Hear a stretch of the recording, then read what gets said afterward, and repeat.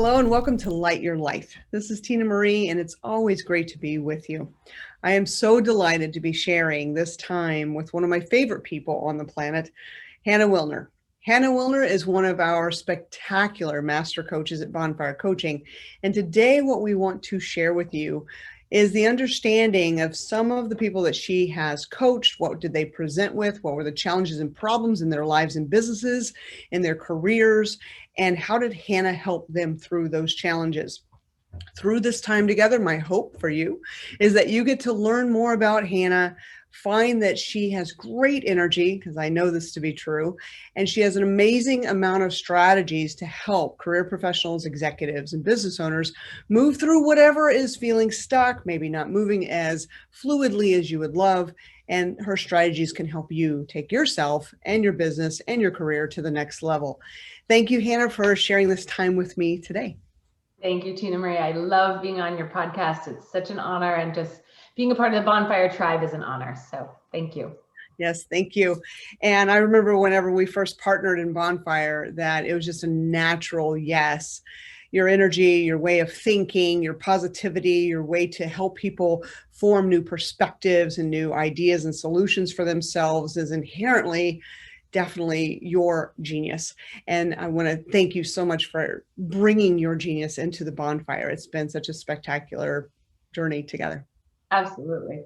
It's the tool set that makes it spectacular. You know, this easy to use, easy to understand life and relationships and challenges and how to move forward is what is the framework of Bonfire, right? And then we each bring our own individual je ne sais quoi to support our clients. And I love working with our business clients. I love working with our entrepreneurs and our, those seeking the next chapter in their life, the next level and where they're going. So it's a fun journey.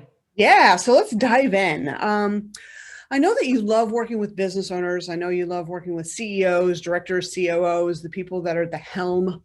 Maybe they've created something of significance that was once just a spark of vision for themselves, and they've grown it into something sizable that sometimes they need some additional management and understanding of how to answer their own questions. And they can't just go back to their board. They can't easily go back to their cohorts or the people that they find themselves working with in their organization. And definitely they can't go back to their spouse. So they enroll your services in the Bonfire services to be of a sounding board. So could you share the story of possibly one of your executives that you've worked with in this regard? Absolutely. I have two that come to mind. One is a business owner who has had really year over year exponential growth, to the point where he got his company so large that he wasn't really sure how to manage it as effectively because it had kind of outpaced his ability to handle it. And so he engaged Bonfire, and I was his awesome coach, to help put some structure in place in his organization. And so we first worked around his finances and getting his budget in alignment and making sure that he was, aligned with the tax regulations and things like that. And so financially supporting the organization, we have some coaches who specialize in finances. However, as a platform, what we offer does support a holistic business approach, right? So the one client that I'm thinking of, he engaged us for that, but also it was to understand where he was going and how to get there effectively. So strategic planning is in my background. I love it. It's one of the fun aspects that we do. So we held some really awesome business strategy sessions and put his plan in order in an executable, time-bound framework that he was able to accomplish. Check. And then our coaching sessions were extremely productive because we were just making sure that he was moving forward and accomplishing the goals that he had set for himself. Yes.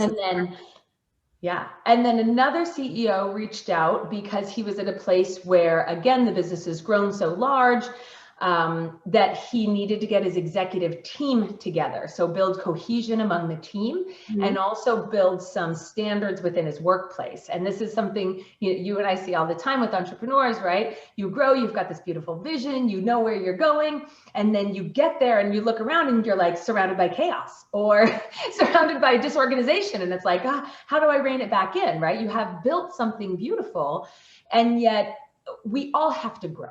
It's one of our highest human needs, right, Tina Marie? Right, exactly. And so working with CEOs to help align their team and understand what their mission, vision, values are, and how that rolls out into their staff and rolls out into the organization, and then rolls out from the organization into their clients and services. Exactly. And we were just talking about this. We meet at least once a week, you and I, on the growth of the clients that we work with here at Bonfire. And we were talking about KPIs. Yeah. And so KPIs are those key performance indicators that our executives and business owners would use and employ to have a dashboard that they can drive. They're going to see different ways that their company is either performing well or not performing.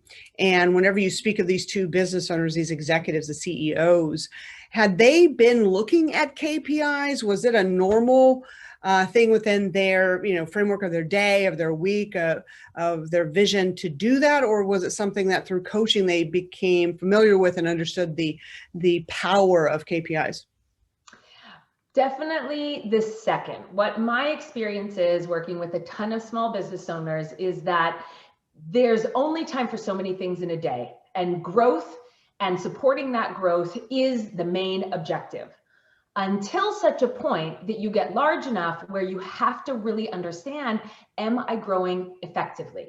And Right. that's where the key performance indicators really come into play. So you can understand how many clients are coming back through referral, right? What's your attrition rate?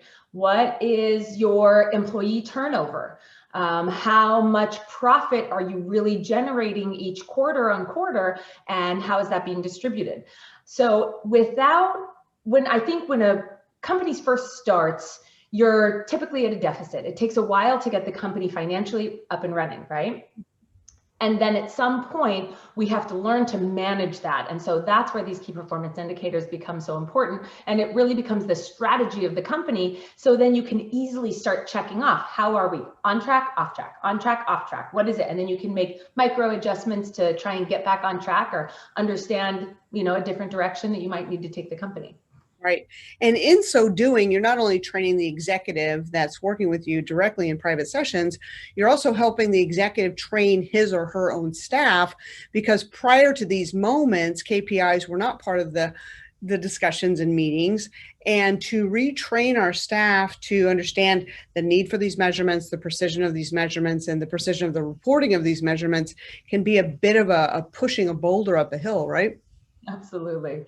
What I find is that sometimes it's not just our staff, but it's our colleagues, right? As a C-suite, you're one of many chiefs that run the organization. And so for entrepreneurs who start together and they aren't bringing in a seasoned executive, they tend to have to learn this together. And so it's finding that balance, and what do you think? And what do I think? And how should we measure this? And I think, both of these CEOs had counterparts that required them to expand into another perspective, or how are we really going to manage this, and what's responsible for us, and then how are we going to help our employees understand it. Mm-hmm.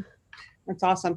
I've also seen you help your executives, your career professionals, help them with their communications. We did not, I don't know many people on this planet that got raised with effective communication skills that get brought into a professional organization or a corporate setting, and we help things go right. It's more than I'm going to do it my way, and hopefully you're going to do what I want you to do. And so you're able to help your executives and your C-suite clients to learn how to effectively communicate in all forms. Could you dive into maybe some examples with that? There's two kind of unfailable conversations that I have in most of my coaching sessions. Mm-hmm. And one is about shoulding on yourself and shoulding on other people. Don't should on yourself and don't should on other people. Essentially, it means that you have an expectation that's not effectively communicated. And so you're believing that the other person knows the right way to do it. And majority of time, it's not effectively communicated. So that desire, that end goal, that behavior, whatever it is. So shoulding on yourself and shoulding on others is the first kind of effective communication tool that I typically go over, because you hear people say, you hear clients come in and say, my colleague should have known, whoever should have known or should have this. And so, I dive into how could they have known? Like, have you had this conversation? Is this really a set expectation that's being missed Because then that becomes a different conversation. Or is this an expectation that you haven't been able to communicate? And so how can we help you to understand what those things are that you want to communicate instead of shooting on people? So that's number one. And then the second effective communication tool that I love and find very valuable for just about everybody is called sorting and labeling. And sorting and labeling, when we communicate, creates effective communication, because everybody's different and everybody's mind works differently. And so often what I find is those who have a lot going on, such as a CEO or someone in a significant role, has a lot of hats that they're filling. And so sometimes they jump around from one thing to another. We actually had this experience today, didn't we? In a session, right? We've got an agenda, bulleted agenda of topics that we want to discuss. And the CEO launched into the conversation and literally hit on every single one in a 5-minute sentence. With no organization to it whatsoever. Right, exactly. So sorting and labeling is another tool that we use to help people understand the best way to communicate. And that's to understand categories that I'm speaking within and kind of categorizing, okay, this is prepping the conversation or the next sentence. I'm going to be talking about this, and then labeling that as this, and then following along. Remember when I talked about this label? Well, now we're going to talk about this label. So I work with my clients a lot on sorting and labeling also. It's awesome. And it helps them relax, doesn't it? If we're organized and we have thinking, we've thought through our communications, that brings a new level of authenticity and relaxation into our communications so that we can truly connect with the people that we're wanting to converse with. Yeah, and that's the whole point, is the goal is to be more efficient, right? In everything we do, and in business coaching especially, we want individuals and businesses to run efficiently, to make the most use of the time that they have.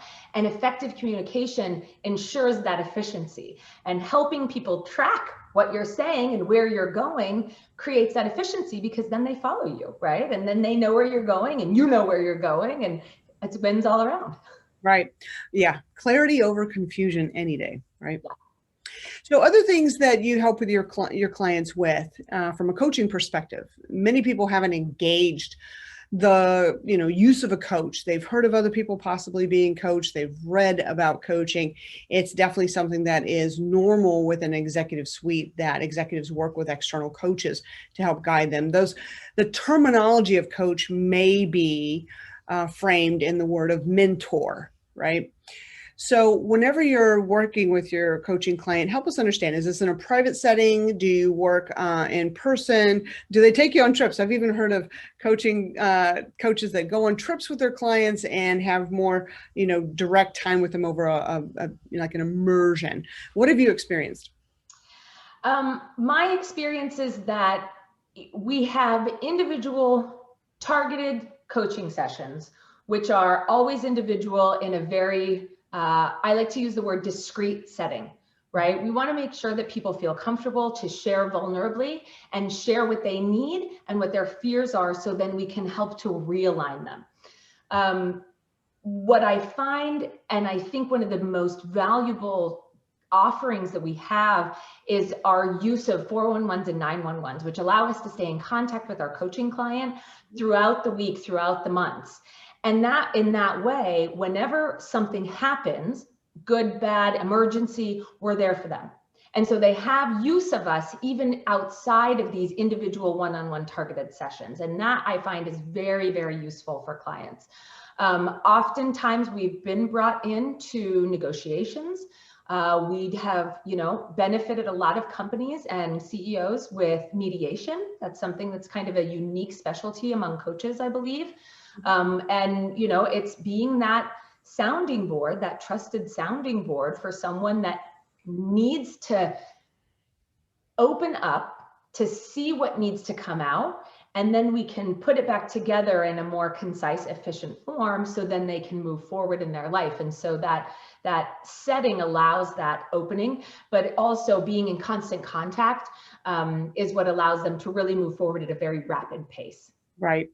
And with that, I've seen you help them put organization, like structural organization, as most of the CEOs and executives that you and I work with are these visionaries. They have this great way of seeing where they want to go, and the outside vision, and the results that they want to create. Yet it's not so easy to chunk things back down to say we need to do this, this, and this. And I've seen you help organizations put boards together and advisory boards together and really start living by structural rule sets that aren't there to impede, they empower.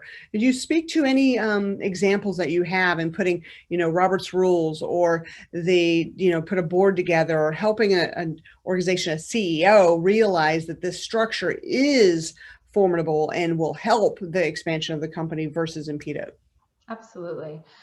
My background is project management. So I was, educated in Lean Six Sigma, project management. And so, my motto is the difference between a good project manager and a great project manager is a great project manager, or a good project manager is 2 to 3 steps ahead. A great project manager is 5 to 10 steps ahead.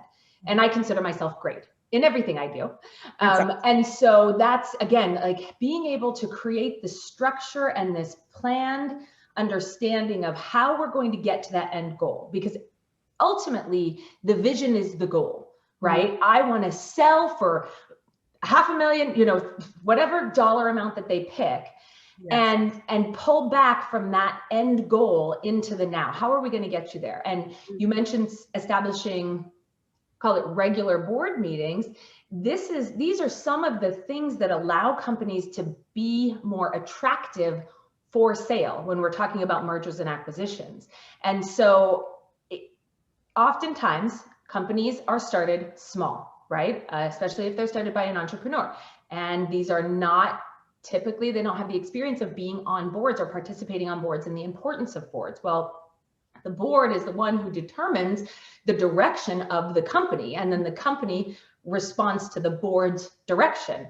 So without having a formed board that meets regularly and understands the direction that the company is going, the company tends to flounder because they will get so far so fast and then not have the direction moving forward unless it's the one vision of the CEO, which again, we talked about, right?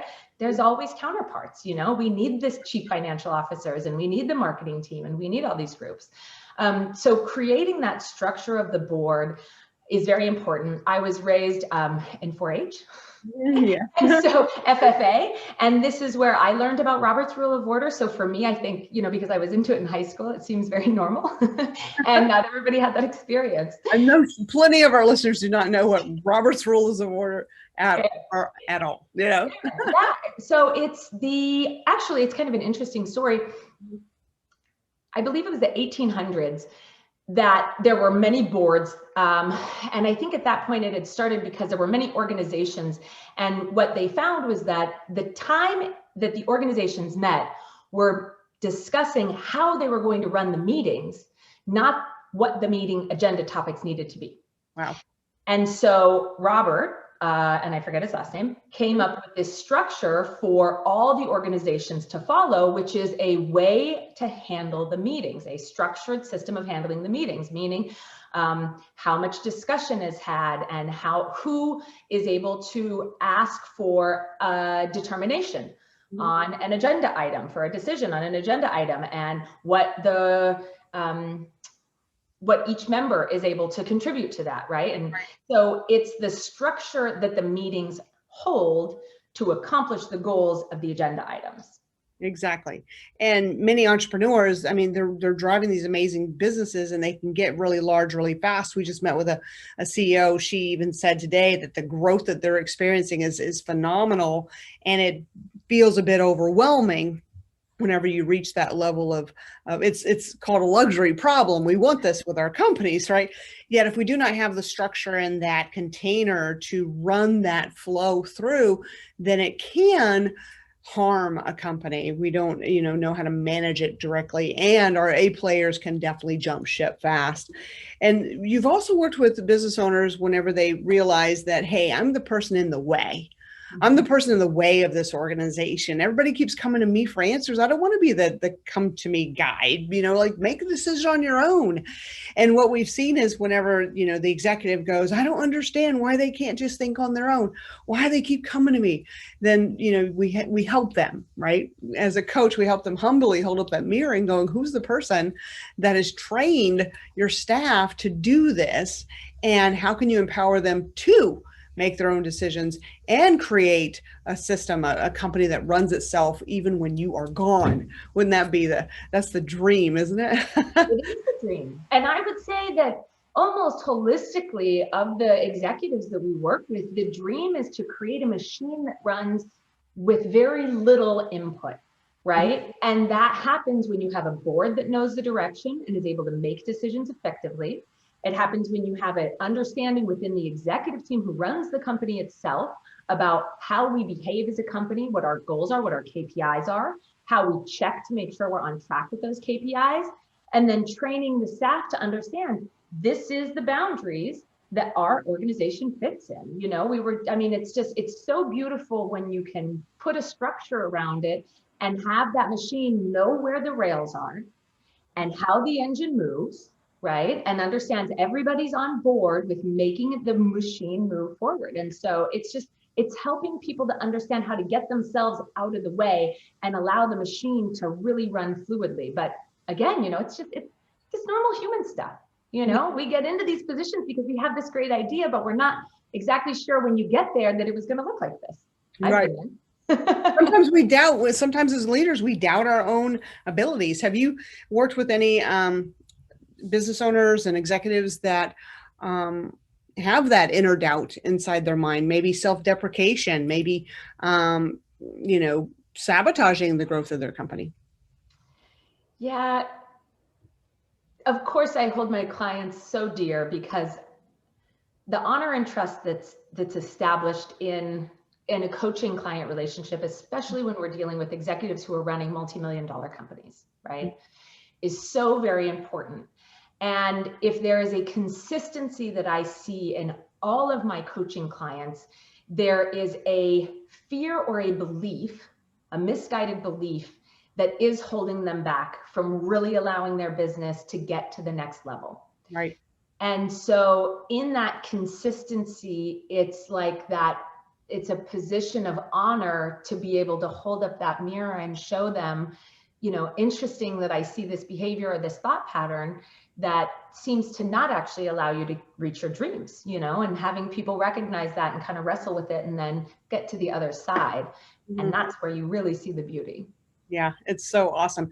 So not only is executive coaching about their business and their careers and their leadership development as leaders, it's also about their lives, right? It's an intimate weaving as a coach to help them see themselves from different lights. What have been some of those, they presented with this challenge and then through coaching, they emerged on this other side. Share with us some stories.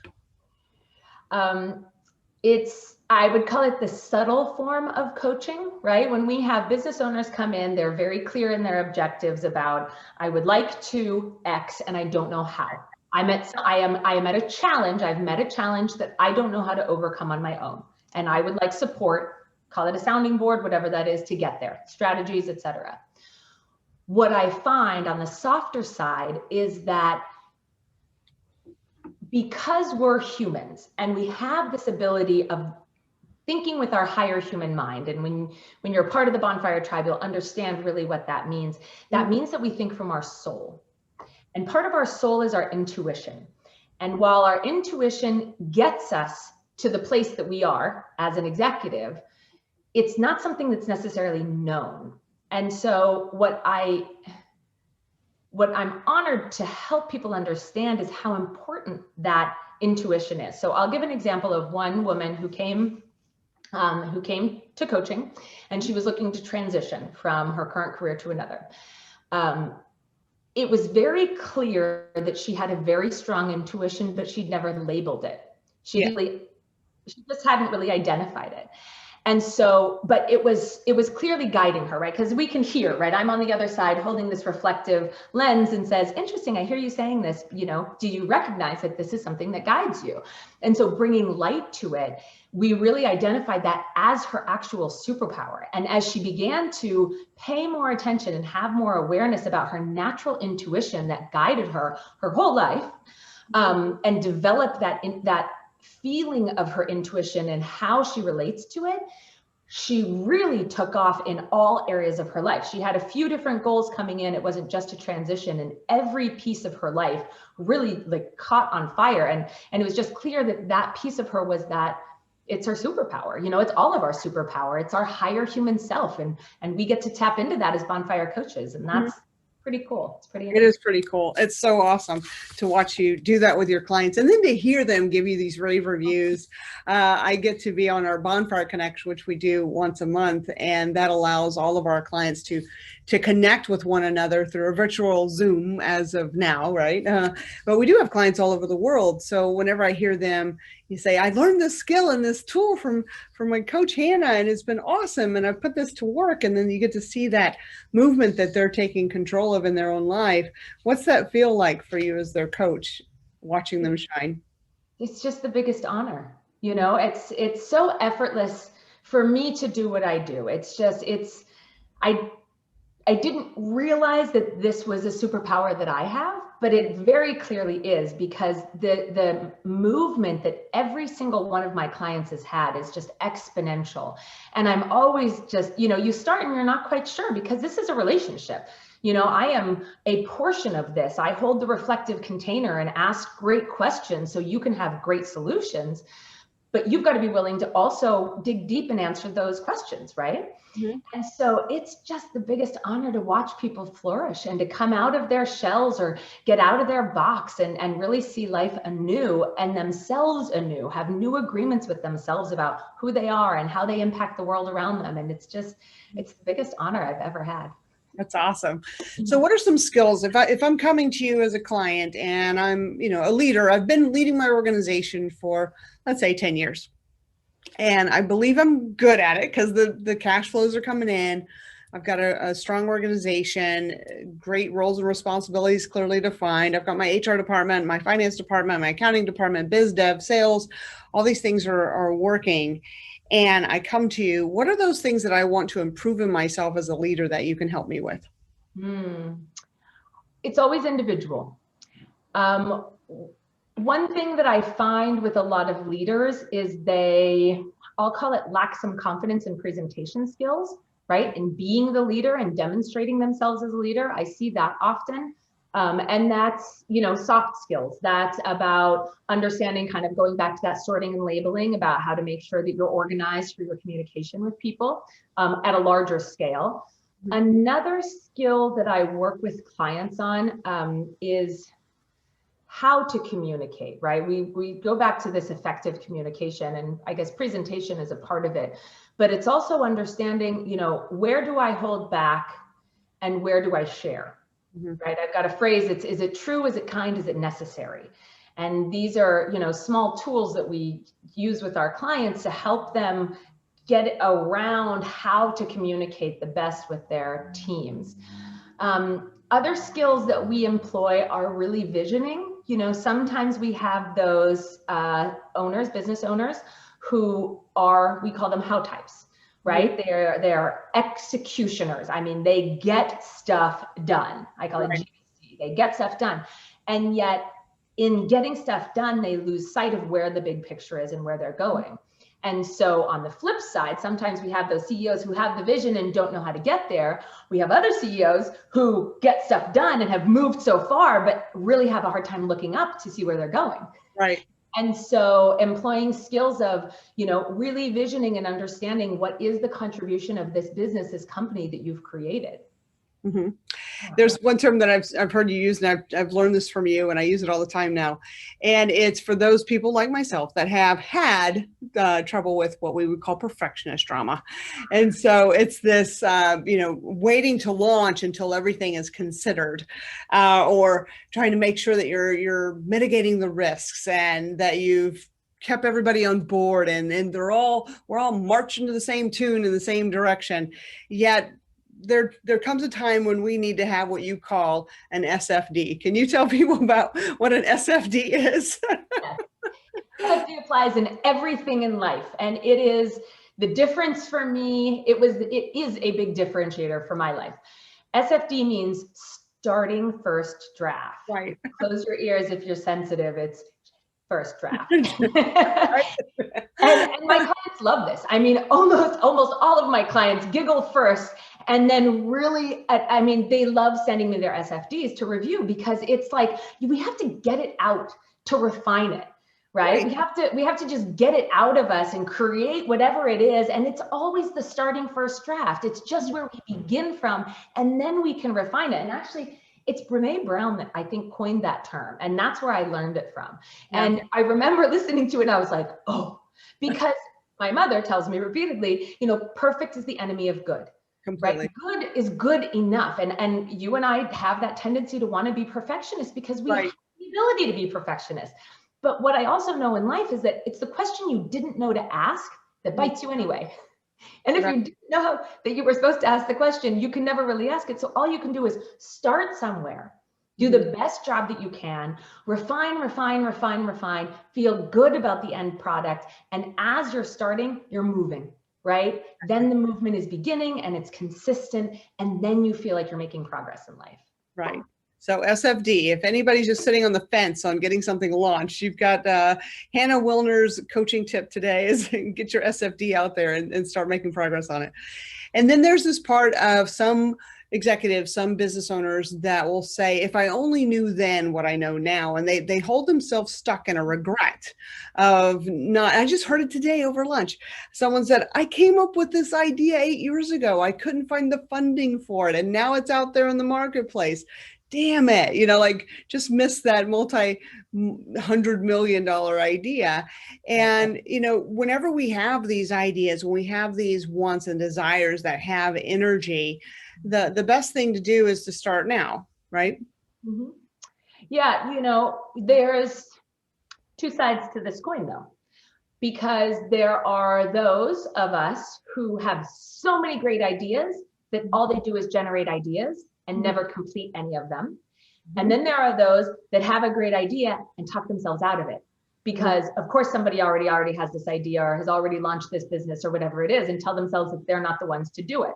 And so it really is just an individual, which side of this fence we sit on, but it's like, we have great ideas. And what I say is follow the energy. Right? That's part of our bonfire coaching. It's part of our training, is follow the energy, because I have brilliant business ideas all the time. I mean, really, my poor husband. Do. Yes. And what I know is that, it will have energy for a while, and then something will happen and it will drop, right? That energy will drop. And again, it's not because I'm telling myself that I'm not good enough or it can't happen. It's because the energy drops away. And so when we follow the energy, we start to feel more in flow with life about the things that we're having. So capture those good ideas, right? Capture that energy and begin with your SFD and see where it takes you. And this is this is just part of life, right? I mean, it's constantly evolving. We are constantly changing the environment that we're in, and what we're surrounded by, and the way that we think. And so the best advice I can give is capture it and feel it, understand in your soul, in your intuition, right? Does this have the energy that you want to move it forward? And when you pay attention to that, instead of your mind telling you you can or you can't, or it's good enough or it's not good enough, when you pay attention to the energy that drives you, that's when things really start to unfold in our lives. Isn't that awesome? Mm-hmm. So what would you love to have your future clients know? The people that are listening and falling in love with Coach Hannah, like many people do, and say, I want Coach Hannah, I want to have some time with her. What will life look like for them whenever they do say yes to coaching? What's a partnership with you on their journey? I don't love to have guarantees, because I think life is not guaranteed. What I have experienced with every single one of my clients is there is a bigger version of you that wants to come out. If you have the desire to seek growth in your own life, especially working with me as a coach, I have yet to it always comes out in people. Right. And the other thing that I need people to know about me, just in case you haven't picked this up, is I really have the most non-judgmental, open spirit of, other than Tina Marie, just about anybody that I know. I mean, it's something that I hear from my friends and clients, especially, is that I offer a space of this very comfortable, safe, open, and yet still open for growth. Right? Keeping people accountable to your development, and everybody has it inside of them. Like I said, everything evolves, including us. And the best way to get there, the fastest, is to hire a coach who can help you. And I happen to love what I do, and I would love to work with you. Awesome. This has been such a great time with you. I always love our conversations, and I'm glad we spent this time so people can get to know how you work, who you love working with, some of those things that you help people through, and give them some advice on how they can take those next steps for themselves individually, or to now reach out for coaching. So if you're interested in getting to learn more about Coach Hannah, simply go to bonfirecoaching.com, go about, and then down to our team, and you can see her page. She's Hannah Wilner. And then there's plenty of places on our website to reach out for a complimentary discovery session, so you can sit with Hannah and share where you are, what's going on, what are challenges, problems. Maybe you've done really great so far and you want to take it to the next level, but you don't have a vision for that exactly. Whatever it is, Coach Hannah's here for you. Thank you, Hannah, for spending your time here, and can't wait to see all the people that you get to help. Oh, such an honor, Tina Marie. Thank you for doing such a service to the world by creating Bonfire Coaching. I appreciate it. Love working with you. Thank you. So thank you for listening to Light Your Life. There's plenty of episodes waiting for you. Please do subscribe and share this with your cohort, your friends, your social media, so that we can light the lives of others around the world with your help. Thank you so much. Until next time.